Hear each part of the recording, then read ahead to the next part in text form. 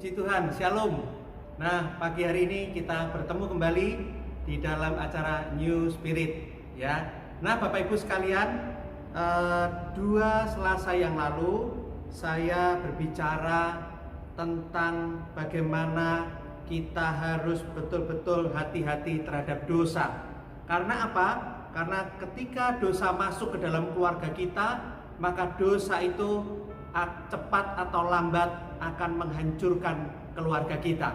Karena itu kita hati-hati. Nah, saudaraku, sekarang bagaimana ya caranya supaya kita itu dapat menghadapi godaan dosa? Ya, kalau ibarat virus itu, saudaraku, bagaimana kita itu bisa dapat kuat menghadapi virus-virus dosa yang ada di sekeliling kita? Ya. Nah, saudara, saya memberikan gambaran kalau tubuh kita itu kuat, memiliki kekebalan tubuh, maka virus itu tidak akan kuat bertahan masuk ke dalam tubuh kita. Ya, berbeda dengan orang yang tidak punya kekebalan tubuh. Kalau orang kekebalan tubuhnya turun, maka virus itu akan mudah masuk dan mudah menyerang, sehingga tubuh kita akan sakit.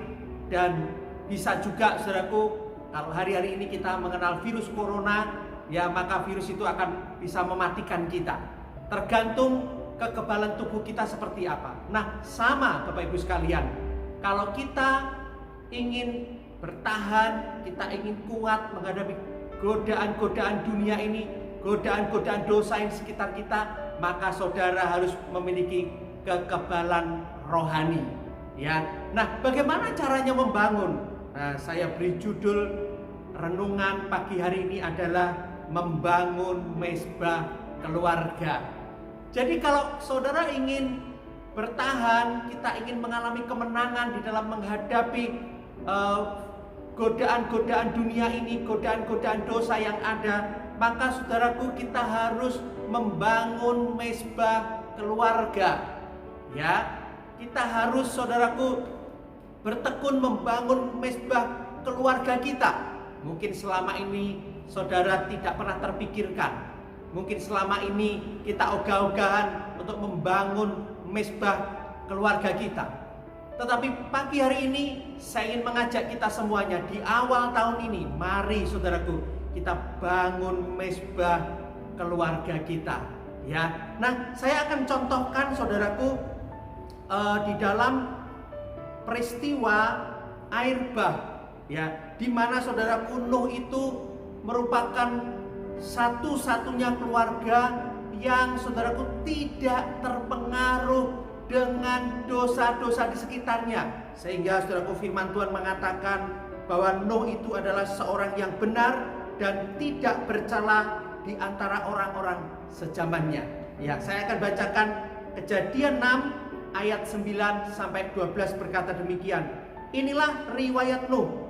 Nuh adalah seorang yang benar dan tidak bercela di antara orang-orang sezamannya. Dan Nuh itu hidup bergaul dengan Allah. Nuh memperanakkan 3 orang laki-laki, Sem, Ham, dan Yafet. Adapun bumi itu telah rusak di hadapan Allah dan penuh dengan kekerasan. Allah menilik bumi itu dan sungguhlah rusak benar, sebab semua manusia menjalankan hidup yang rusak di bumi. Coba kita bayangkan pada waktu itu, orang-orang di sekitar Nuh itu hidupnya rusak, hidupnya berantakan, hidupnya penuh dengan dosa. Tetapi yang aneh di sini, Nuh adalah satu-satunya keluarga yang dapat hidup berkenan di hadapan Tuhan. Ya, nah apa yang menjadi, saudaraku, satu kebiasaan Nuh? Ya, saya bacakan saudaraku, setelah Nuh itu ya masuk ke dalam bahtera, saudaraku, diselamatkan oleh Tuhan. Ya, sementara dunia dihukum, saudaraku, sementara itu Nuh selama beberapa waktu lamanya ada di dalam bahtera itu, saudaraku, dan kemudian setelah selesai, saudaraku, air bah itu surut, Nuh keluar daripada bahtera itu. Apa yang dilakukan Nuh, saudaraku? Yang dilakukan Nuh itu di dalam Kejadian 8 ayat 20 sampai 21 berkata demikian. Lalu Nuh mendirikan mezbah bagi Tuhan dari segala binatang yang tidak haram, dan dari segala burung yang tidak haram diambilnyalah beberapa ekor. Lalu ia mempersembahkan korban bakaran di atas mezbah itu. Ketika Tuhan mencium persembahan yang harum itu, berfirmanlah Tuhan dalam hatinya, aku takkan mengutuk bumi ini lagi karena manusia, sekalipun yang ditimbulkan hatinya adalah kejahatan dari sejak kecilnya. Dan aku takkan membinasakan lagi segala yang hidup seperti yang telah kulakukan. Ternyata Nuh memiliki kebiasaan, saudaraku, mendirikan mezbah bagi Tuhan. Hal pertama kali ketika Nuh diselamatkan keluar dari mezbah itu, Nuh tidak melakukan yang lain. Nuh langsung membangun mezbah bagi Tuhan. Saya percaya, saudaraku, ini merupakan kebiasaan yang sudah dibangun Nuh bertahun-tahun lamanya. Ini merupakan suatu kebiasaan yang sudah dilakukan Nuh. Nuh biasa berkumpul dengan anak-anaknya, kemudian membangun mezbah bagi Tuhan. Ya, nah, saudaraku yang dikasihi oleh Tuhan, membangun mezbah bagi Tuhan, ya, berbicara tentang bagaimana keluarga kita memiliki persekutuan dengan Tuhan. Bagaimana keluarga kita, saudaraku, memiliki satu hubungan yang intim dengan Tuhan, ya. Dan bagaimana kita terus mendengarkan firman Tuhan setiap hari di dalam mezbah keluarga itu. Saya percaya, saudaraku, kalau kita melakukan dua hal ini, kita membangun, saudaraku, kehidupan kita di atas kebenaran firman Tuhan. Kita membangun kehidupan kita di atas hubungan intim dengan Tuhan. Saya percaya kita akan seperti keluarga Nuh. Yang apa, saudaraku? Kita akan memiliki ketahanan, ya. Meskipun Nuh dikelilingi orang-orang berdosa, tetapi Nuh tidak terpengaruh. Meskipun kita dikelilingi oleh orang-orang berdosa yang memiliki paham-paham, saudaraku, yang tidak sesuai dengan firman Tuhan, kita akan tetap, saudaraku, bisa bertahan dan kita menjadi orang-orang yang berkenan kepada Tuhan. Keluargamu akan menjadi keluarga yang berkenan di hadapan Tuhan. Ya, keluargamu, saudaraku, menjadi keluarga yang kudus, menjadi keluarga yang dapat, saudaraku, ketika dicium oleh Tuhan, bau keluarga kita secara rohani, saudara dan saya berbau harum di hadapan Tuhan. Ya, karena itu, saudaraku, pagi hari ini saya ingin mari kita memiliki kebiasaan ini. Para orang tua di sini, saya mengajak Bapak Ibu, ayo ajak anak-anakmu untuk datang kepada Tuhan.